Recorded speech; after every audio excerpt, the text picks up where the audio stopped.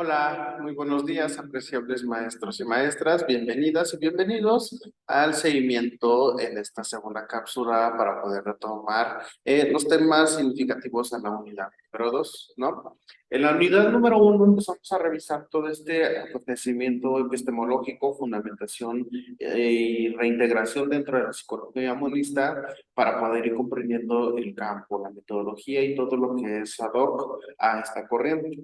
Ok, el día de hoy vamos a estar revisando pues prácticamente este periodo de gestación, o sea, cómo se fue generando y cómo se fue planificando y ampliando a lo largo dentro de la difusión, la reintegración y las corrientes estructuradas a partir de los 70, ¿no?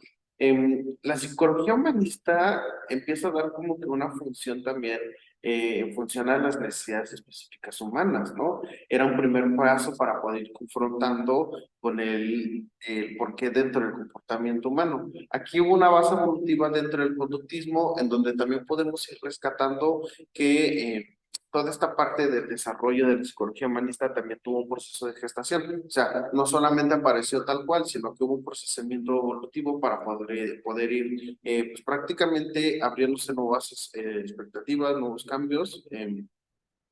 Nuevas tendencias terapéuticas, en donde también aquí mencionaba mucho a Rogers dentro de esta parte de la terapia centrada en la persona, en donde también se genera mucho la función de Maslow y su intervención con la pirámide de las necesidades básicas, en donde hablaba pues prácticamente de la teoría de la motivación humana y cómo también todo esto empieza a dar como una función dentro de lo que se llevan las corrientes interpretativas, dentro de la centralización de la persona, dentro de la autorrealización y cómo el enfoque humanista empezó a generar inquietudes en las diferentes cuestiones filosóficas, ¿no? Empezamos a hablar dentro de estos acontecimientos como una consideración de los antecedentes del movimiento de la psicología humanista y que fueron constituyendo pues prácticamente estas manifestaciones dentro de la interpretación del ser humano.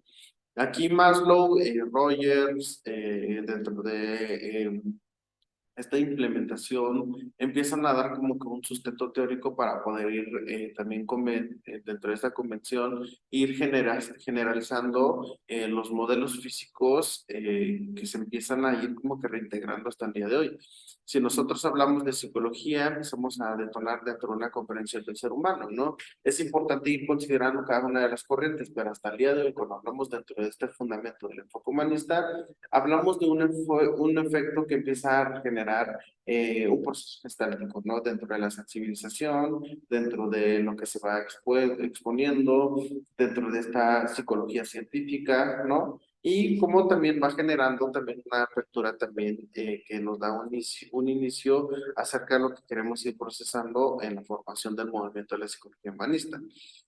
Aquí también podemos ir viendo como todas estas capas significativas y cómo se han generado muchos cambios hasta el día de hoy y el movimiento de la psicología humanista empieza a generar una descripción muy generalizada dentro de Maslow y va encabezando una lista de escenarios dentro de una corresponsabilidad significativa para poder comprender a los seres humanos, en lo exclusivo de esta parte humana, ¿no?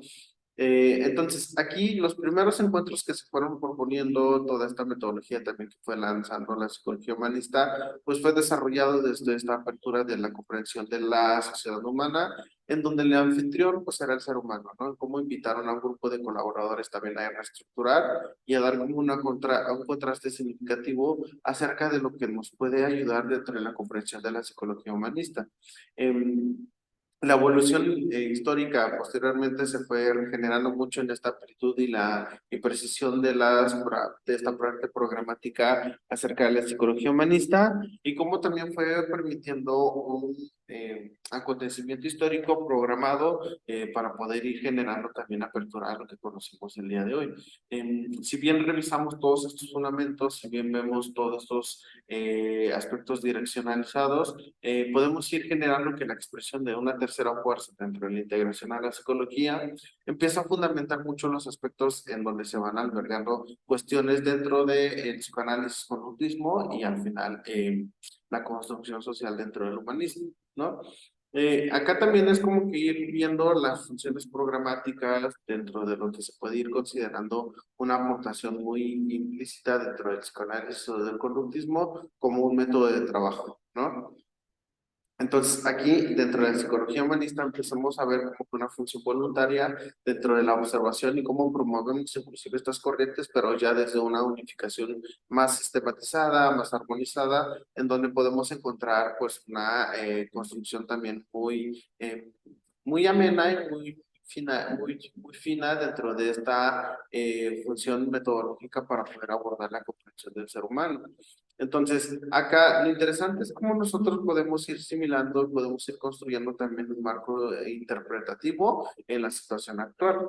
Entonces, Ripper comentaba dentro de esta construcción el desarrollo durante la integración de la psicología humanista para poder ir generando una autoexpresión, ¿no? En cómo la autorrealización, en cómo esta parte de cómo me autogratifico, en cómo voy produciendo una imagen popular centrándome en mí, darme cuenta en lo que estoy realizando y cómo esto fueron moviendo y fueron potencializando mucho la capacidad humana.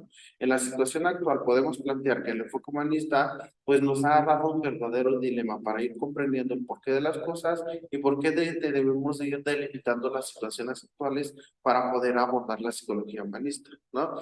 Entonces, aquí también entra como una función dentro de ir generando aperturas interrogativas, en donde podemos ir generando, sigue siendo un programa dentro de la construcción social, un programa humanista, cómo esto entra en la alternativa dentro de la psicología y cómo genera una propuesta social para poder ir pues, prácticamente comentando toda esta función dentro de las dimensiones interpersonales, transpersonales y cómo nos apertura un diálogo significativo para comprender mucho acerca de lo que nosotros queremos ir implementando, ¿no?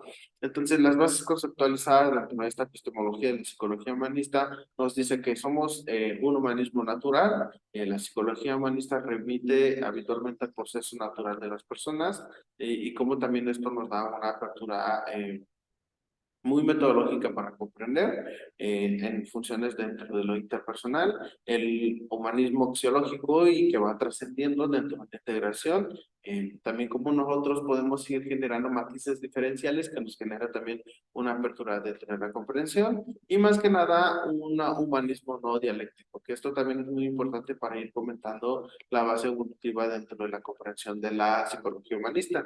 Entonces, el método y estructura dentro de estos fundamentos dentro de la psicología humanista, pues sí nos regalan mucha apertura, nos regalan mucho cambio y más que nada también nos acercan al conocimiento práctico de las y los demás. ¿Ok? Muy bien, maestros, con esto vamos a cerrar esta segunda cápsula. Igual vamos a ir extendiendo a lo largo dentro de la programación de clases virtuales y en su momento también vamos a tener un espacio para poder ir aclarando algunas funciones epistemológicas dentro del fundamento del enfoque humanista. ¿Ok? Ante cualquier duda, comentario, pues quedaos atentas indicaciones. Cuídense mucho, nos estamos viendo pronto. Luego.